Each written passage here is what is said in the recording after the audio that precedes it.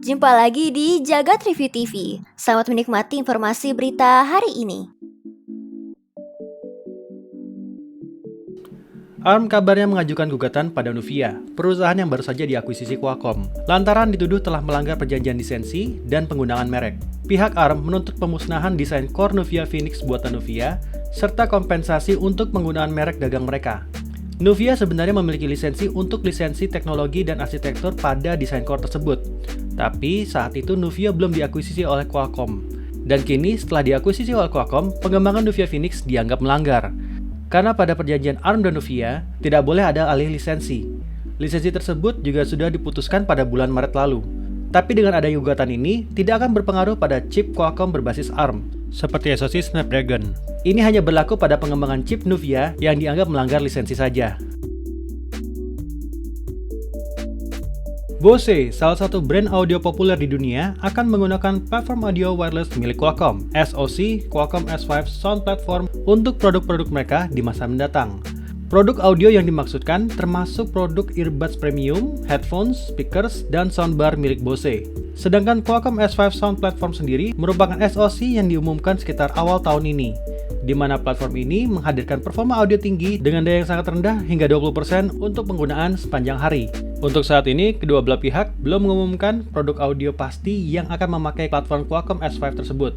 Tapi ada bocoran produk audio baru milik Bose akan diumumkan 7 September 2022. Jadi kita tunggu saja produk apa yang akan hadir ya.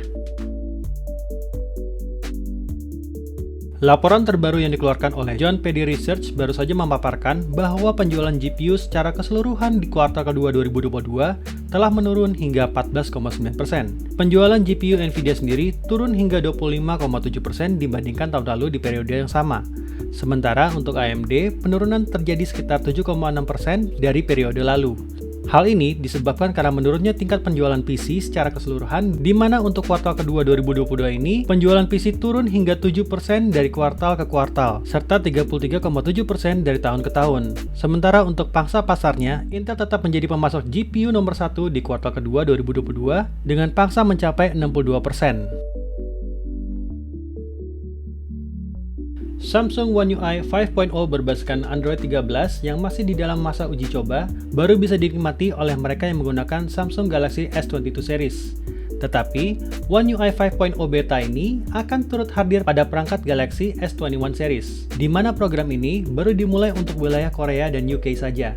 Sementara, untuk versi stabil dari One UI 5.0 ini sendiri, dikabarkan baru akan hadir setidaknya mulai pertengahan Oktober 2022. Belum diketahui secara pasti kapan seluruh perangkat Samsung Galaxy ini akan mendapatkan One UI 5.0 secara resmi. Kita tunggu saja update lebih lanjutnya mendatang. Lenovo baru saja mengumumkan perangkat wearable berupa kacamata pintar yang dinamakan Lenovo Glasses T1 dalam ajang Tech Live 2022. Kacamata pintar ini hadir untuk penggunanya sebagai solusi menikmati konten, terutama ketika berpergian yang kompatibel dengan beragam perangkat mobile lainnya, seperti smartphone hingga laptop. Lenovo Glasses T1 ini menggunakan layar micro OLED dengan resolusi 1920x1080 per mata, memiliki refresh rate 60Hz, rasio kontras 10.000 banding 1, serta dilengkapi sertifikasi TUV Low Blue Light dan TUV Flicker Reduced untuk kenyamanan penggunanya. Lenovo Glasses T1 ini akan dijual pada akhir tahun 2022 untuk pasar Cina terlebih dahulu, dengan tahun depan menyusul ke pasar global.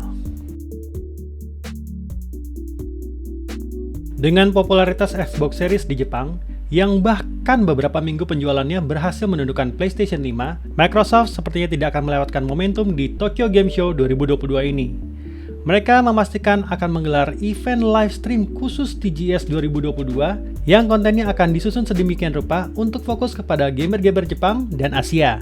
Event Microsoft pada TGS ini akan ditayangkan pada tanggal 15 September 2022 mendatang. Bagaimana dengan Anda? Ada game yang Anda harapkan muncul?